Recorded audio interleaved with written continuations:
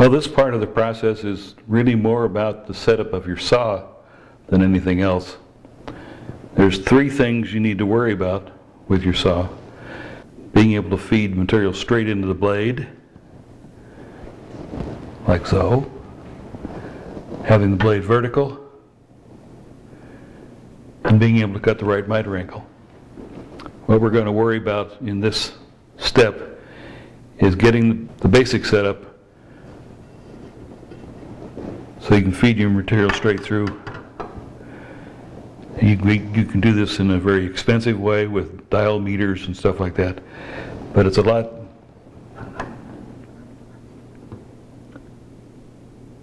cheaper than that if you do it the right way. What I've got here is a simple combination square, and I've set the square in the track so it's meeting on the side here, and adjusted the length of the ruler so it just barely touches this particular tooth on the blade. I've marked it here with a piece of tape so I can keep track of where it is. Set it up so it just matches there. Now go to the other side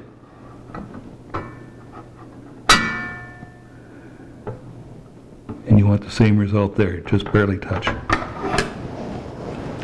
It doesn't have to be terribly close, but you want it reasonably close so that you keep your stuff from pinching against the blade when you're ripping material. If you're running with your fence on the right hand side here, if the blade happens to be closer on the back end side, it's going to pinch and burn the edge that you cut. If your fence is on the other side, then it's exactly reverse situation. The second thing is to make sure that your cuts are vertical.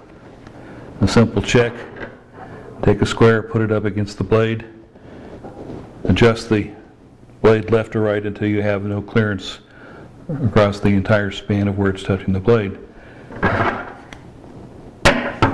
Do the same measurement on the other side, and you should see the same result. If you don't see the same results, there's something wrong with your table. That'll be real hard to conquer, but there is a way to get around it. Now, why all the concern about the setup of the saw? Well, if you're going to do, say, sandwiches, something like this, it's important that the sandwich be the same thickness across the extent of it. And of course you want to make sure that if you're going to put on both the top and bottom, you want to make them both the same. In this case, they're not the same. This side is definitely smaller than that side. So you can use this to make a sandwich ring, but you've got to be very careful to flip the pieces the right direction so that the item in the ring doesn't bounce up and down as you go around it. Another example of where you need good alignment on the blade is when you're doing laminations. Now here's an example where the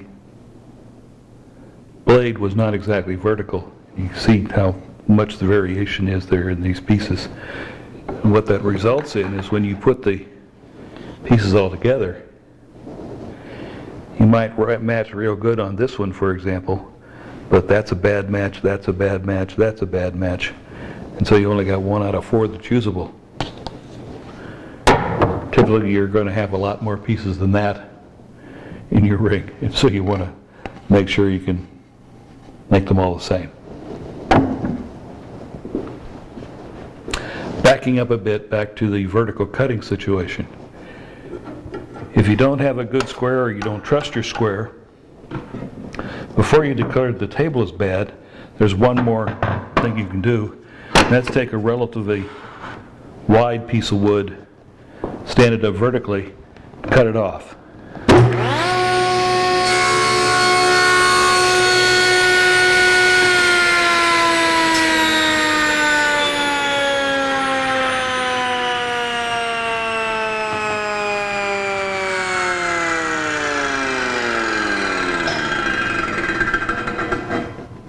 That's one way to quiet it down. Now, of course, if you put it back together, it matches precisely as you would expect it to. But take one half of it, turn it over, put it back together. And if you don't have your blade perpendicular, you'll get a gap either at the top or at the bottom. This one's pretty doggone close. That's another way that you can check the verticalness of your blade.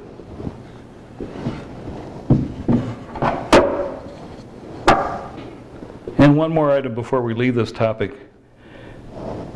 I made a giant assumption when I made that measurement of the distance of the blade to the slot in the top of the table that it was going to, I'm going to line that up with that. If there's one thing on a table saw that you can generally count on being perpendicular to the table itself, it is the slot. Generally they have to make that right.